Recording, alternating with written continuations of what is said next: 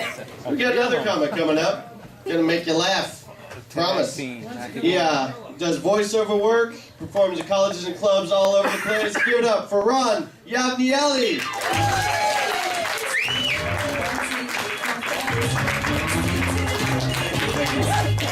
Hi everybody, give it up for the host for pronouncing my last name correctly. Thank you. Yes. Not an easy lineup tonight. We got the guy from the Congo, we got me. It's all difficult ethnic names, I know. But you guys, you're looking at me, I know what you're gonna say.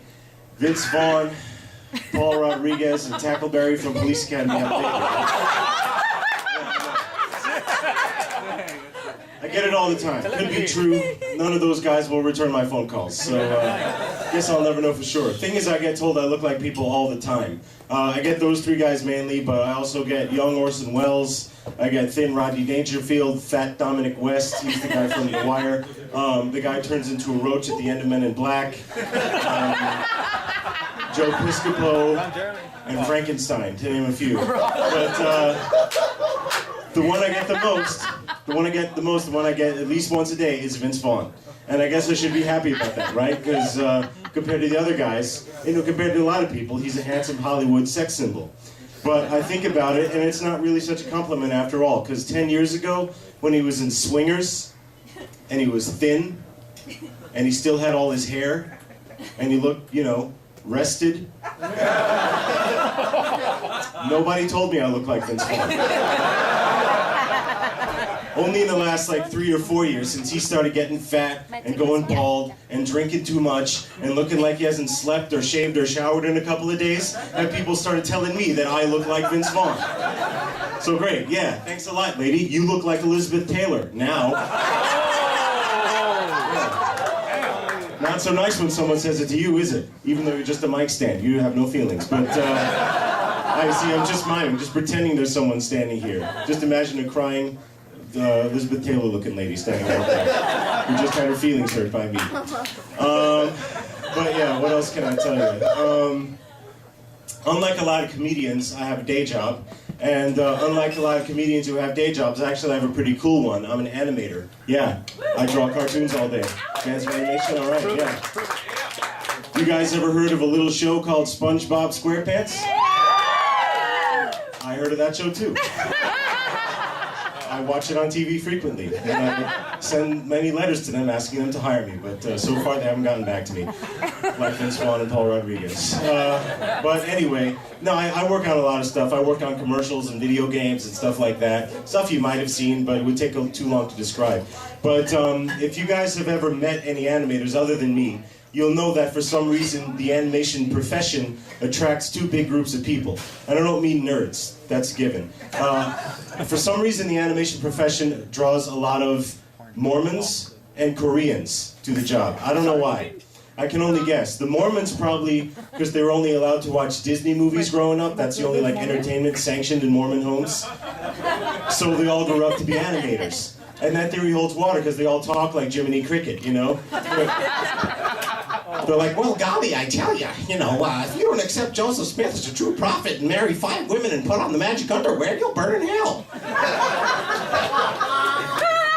And we'll burn fast, because you're made of wood, Pinocchio. Yeah. Although a lot of them, at least half of the Mormons I know, they don't stay Mormon when they get to Hollywood. They become completely jaded, and they go crazy the opposite direction. They become militant vegans. It's weird, right? Because they got their hair dyed blue, it's all spiked up in a mohawk. They got earrings, nose rings, lip rings. They got tattoos all up and down their arms. They're wearing clothes made of hemp. But they still talk in the Jiminy Cricket voice. So imagine this punk rock guy standing there saying, well, golly, I don't believe in proselytizing my religious views on people anymore, but if you eat that hamburger in front of me, I might just have to slit your throat. Little Satan. Okay, you like that one, cool. You guys all ex-Mormons, is that why you're laughing so much? Yeah, I get it, I feel it, that's cool. And the Koreans, who I also talked about, they're just good at animation. It's in their job, in their blood, I don't know. But sometimes I wonder if maybe they don't like the job, because when they talk, no matter what they say, they always sound disappointed. I hear them speak in their own language, it sounds like this. 부탁합니다, 잠깐만요. 물 주세요. 않습니다. 한국, 여보세요, 거짓말인데, oh. So I had to find out, is that just how they talk? Or are they always telling each other bad news? Which one is it? So I went over to the next cubicle and I said, yo, not like a hip-hop thing, that was this girl's name. And I said, it's funny because it's true. And I said, yo, guess what, I got a raise today. Oh.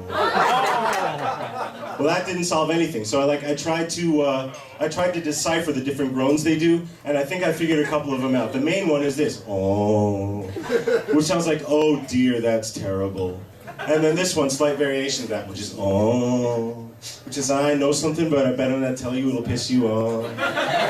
Then finally this one, I've only heard the girls do this, never the guys, just the girls, which is, "Aya," which kind of sounds like, I know. Nobody told me like 1,000 times. Get off this joke already, you've been on it too long.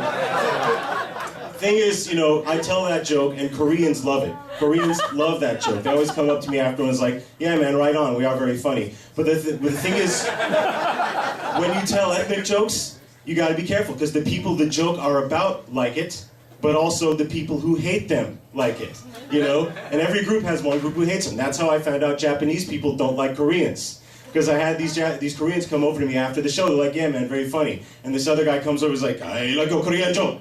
I am Japanese. You should have dropped the nuclear bomb on them instead of us. Like, hey, take it easy, man. I'm just making fun of the way they talk.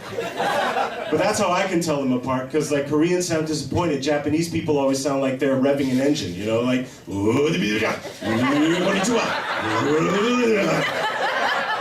and then they drive away. And their Hondas, which are Japanese. All right. That is my time. You guys have been an awesome crowd. Thank you.